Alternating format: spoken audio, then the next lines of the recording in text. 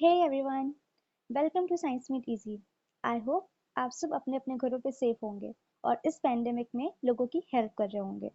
So without wasting time, let's move towards a video.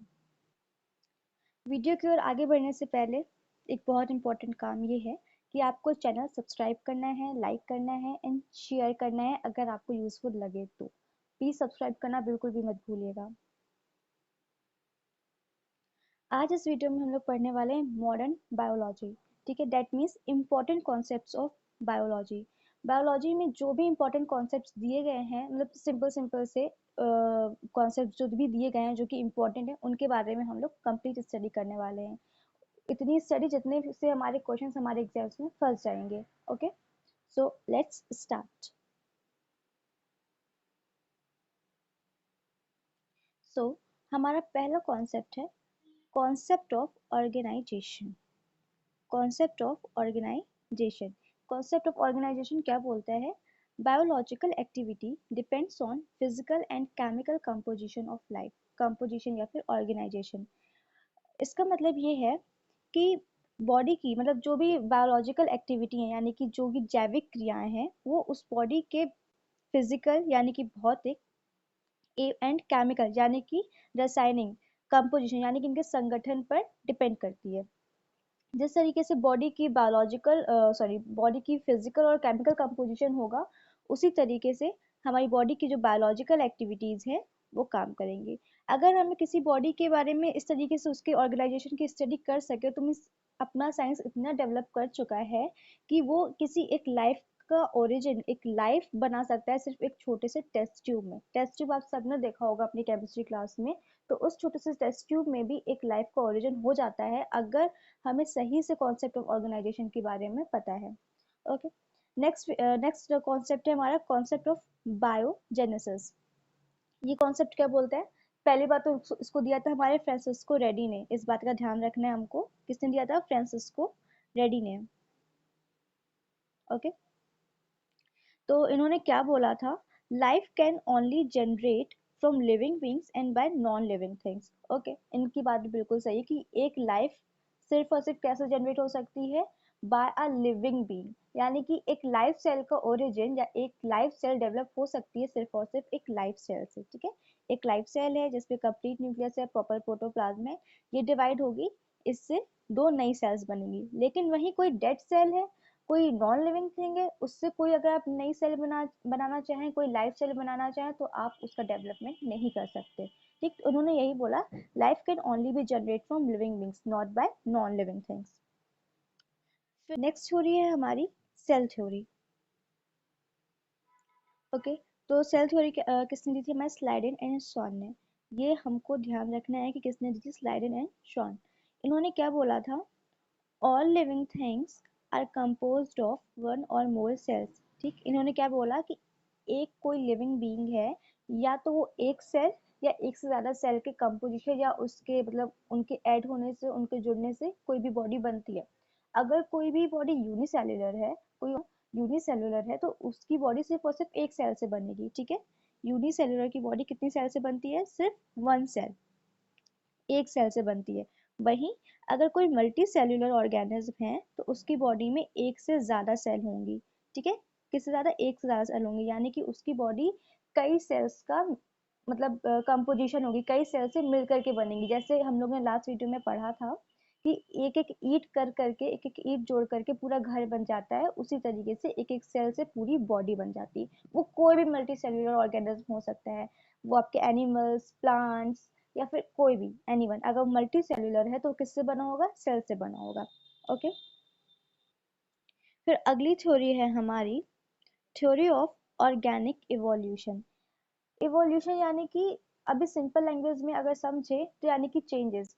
कुल मिला के जैसे आपके दादा या परदादा है, तो आपके और आपके परदादा के करेक्टर्स, लाइक परदादा से आप नहीं मिले, चलिए आपके दादा और आपके करेक्टर्स, कुछ कुछ करेक्टर्स सेम होंगे और कुछ कुछ करेक्टर्स आपके और उनके अलग अलग होंगे। फिर थोड़ा और पास आते हैं, तो आपके मम्मी पापा और आप दोनों के करेक्टर्स, आपके पेरेंट्स और आपके करेक्टर्स कुछ कुछ काफी सिमिलर होंगे और कुछ कुछ डिफरेंट होंगे। ठीक है, तो जो सिमिलर करेक्टर्स हैं वो तो इनहेरिट हो रहे हैं, ठीक, वो तो आपके पेरेंट्स से आप में आ रहे हैं, लेकिन जो चीजें चेंज हो रही हैं, जो आप में उनसे भी बेटर हैं, आपसे अच्छी हैं, वो चीजें क्या है, वो इवोल्यूशन के अंदर आती है। और इवोल्यूशन कैसे होता है, इवोल्यूशन का मतलब क्या है, origin of every organism is due to distinguishable differences between ancestors, यानी कि एवोल्यूशन क्या है, एंसेस्टर्स और आपके बीच में जो भी डिफरेंसेस हैं, ठीक है, जो भी बॉडी में, नेचर में, स्ट्रक्चर में, कैसे भी जो भी चेंजेस आ रहे हैं, वो हमारा एवोल्यूशन के अंदर आता है। ठीक,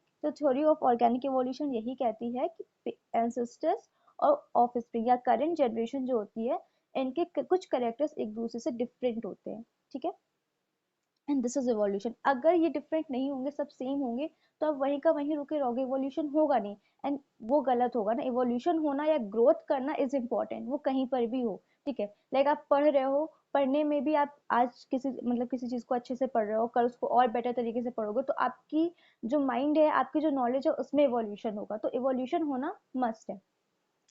फिर नेक्स्ट है हमारी जीन थ्योरी। जीन थ्योरी बोलती है genes only enable parents to transmit traits to their offsprings.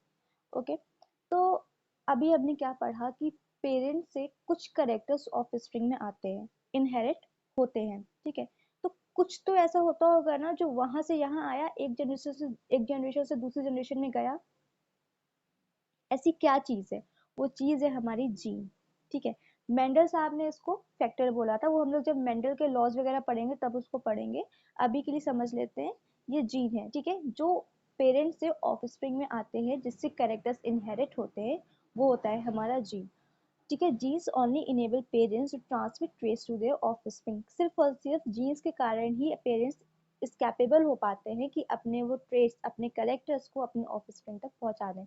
अब सवाल ये आता है कि जीन क्या है, या जीन कहाँ प्रेजेंट है। एक्चुअली अभी ये हमें जानना है कि जीन प्रेजेंट कहाँ होता है, और इसमें बच्चों को बहुत कंफ्यूजन होता है कि क्या है। सेल है, ठीक, सेल के अंदर क्रोमोसोम्स प्रेजेंट होंगे। एक सेकेंड, सेल्स के अंदर हमारे क्या प्रेजेंट होंगे, क्रोमोसोम्स प्रेजेंट होंगे। ओके, मान लीजिए हम लोग यहाँ पे सिर्फ एक ही क्रोमोसोम बना रहे हैं, एक पेयर बना रहे हैं। ठीक, इस एक पेयर क्रोमोसोम के अंदर हमारे कई डीएनए भी प्रेजेंट होंगे। ठीक है, अम,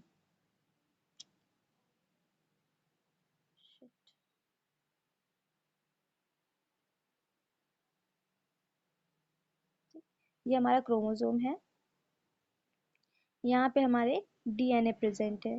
ठीक है, मान लिया ये डीएनए, यानी कि क्रोमोसोम, क्रोमोसोम के अंदर डीएनए, और डीएनए में छोटे छोटे मॉलिक्यूल्स होते हैं जिन्हें हम बोलते हैं जीन्स। ये ग्रीन कलर के जो मॉलिक्यूल्स आप देख रहे हैं डीएनए में, ये हमारे जीन्स है। तो सेल, सेल के अंदर क्रोमोसोम, क्रोमोसोम के अंदर डीएनए, और डीएनए के अंदर जीन, और यही जीन जो होते हैं ये पेरेंट्स से ऑफस्प्रिंग में ट्रांसमिट होते हैं। आई होप ये चीज आपको क्लियर हो गई होगी। फिर अगली थ्योरी है हमारी बायोकेमिकल जेनेटिक्स। ये क्या बोलते हैं, one gene is equals to one enzyme is equals to one metabolic activity. आप सबको पता है कि हमारी बॉडी में बहुत सारी केमिकल एक्टिविटीज होती है, मेटाबॉलिज्म होती है। ठीक है, तो मेटाबॉलिज्म करवाने के लिए इंपॉर्टेंट होते हैं एंजाइम्स। क्या इंपॉर्टेंट होते हैं, एंजाइम। और एंजाइम बनते कैसे हैं, जीन के थ्रू। ठीक है, तो एक जीन स्पेसिफिक होता है एक एंजाइम के लिए, और एक एंजाइम स्पेसिफिक होता है एक मेटाबॉलिक एक्टिविटी के लिए। ठीक है, तो ये सब कुछ एक सीक्वेंस में है कि एक जीन, उसमें कुछ स्पेसिफिक कैरेक्टर्स होते हैं जो कि वो सिर्फ एक स्पेसिफिक एंजाइम ही बना सकता है, और एक एंजाइम सिर्फ एक ही मेटाबॉलिक एक्टिविटी कर सकता है। ओके, ऐसा नहीं कि एक एंजाइम कई मेटाबॉलिक एक्टिविटी कर दे, नहीं, हर पर्टिकुलर मेटाबॉलिक एक्टिविटी के लिए हर एंजाइम, एक स्पेसिफिक एंजाइम बना हुआ है। जब हम लोग डाइजेशन पढ़ेंगे ना, तो डाइजेशन में से बहुत सारे एंजाइम्स आएंगे जो अलग अलग एक्टिविटीज के लिए बने हुए हैं। ठीक है, हम लोग उनकी स्टडी वहां पर करेंगे। फिर लास्ट है हमारा होम्योस्टेसिस। होम्योस्टेसिस क्या है, the tendency to maintain a stable constant internal environment of our body is homeostasis. ये थोड़ा इम्पोर्टेंट है और इजी भी है एक्चुअली में। क्या होता है कि हम जो एनिमल्स है या लिविंग ऑर्गेनिज्म है, सबकी बात नहीं करते, जो एक्स्ट्रा डेवलप है उनकी बात कर रहे हैं। ये क्या करते हैं, अगर गर्मी का मौसम है, तो अपना इंटरनल एनवायरनमेंट या इंटरनल टेम्परेचर को मेंटेन करने के लिए अपने आप को उस माहौल में ढालने के लिए कुछ ऐसी एक्टिविटीज करते हैं कि वो चीजें बैलेंस हो जाए। जैसे पसीना आना, ठीक है ना, गर्मी में बाहर बहुत गर्म है, अंदर का टेम्परेचर इतना ज्यादा नहीं है, तो उसको मेंटेन करने के लिए स्वेटिंग करते हैं जिससे कि बॉडी का जो टेम्परेचर है वो मैनेज हो जाए। वहीं जब सर्दी आती है तो क्या होता है, बाहर का टेम्परेचर बहुत ज्यादा होता है और हमको कैसा चाहिए, नॉर्मल टेम्परेचर चाहिए जो कि हमारी बॉडी के लिए सूट करे। तो वहां पे हम क्या करते हैं, शिवरिंग यानी कि कपकपाते हैं। जब ठंड लगती है हम लोगों को तो हम लोग कपकपाते हैं ना, तो शिवर करते हैं ना, तो वही चीज है। तो टेम्परेचर को मेंटेन करने के लिए हम लोग ये करते हैं, शिवरिंग से बॉडी में हीट आती है जिससे टेम्परेचर जो होता है वो मेंटेन हो जाता है। तो अपने इंटरनल इन्वायरमेंट को या अपने इंटरनल टेम्परेचर को कांस्टेंट रखने की जो टेंडेंसी होती है, ये होती है हमारी होम्योस्टेसिस। ये हर एनिमल में नहीं पाया जाता, कुछ में पाया जाता है। हम लोग जब फाइलम्स और एनिमल किंगडम पढ़ेंगे तो इसके बारे में और डिटेल में जानेंगे। यहाँ पे अभी इसको इतना डिटेल में नहीं जानना, अभी सिर्फ इतना ही जानना है कि the tendency to maintain a stable constant internal environment of our body is homeostasis. So I hope आप लोग को ये लेक्चर समझ में आया होगा। एंड लास्ट पॉइंट है अपना, your positive action combined with positive thinking result in success. Okay, so what I mean to say कि आपकी पॉजिटिव सोच और आपके पॉजिटिव काम, आपके पॉजिटिव एक्शन और आपकी पॉजिटिव थिंकिंग अगर साथ में मिल जाए तो डेफिनेटली आपको सक्सेस पाने से कोई नहीं रोक सकता। इसलिए be positive, never be negative. ठीक है, कोशिश करिए कि हमेशा पॉजिटिव रहे, नेगेटिव कंडीशन में भी पॉजिटिव रहने की कोशिश करिए, because your positive action combined with positive thinking and results in success. So guys, thanks for watching my video.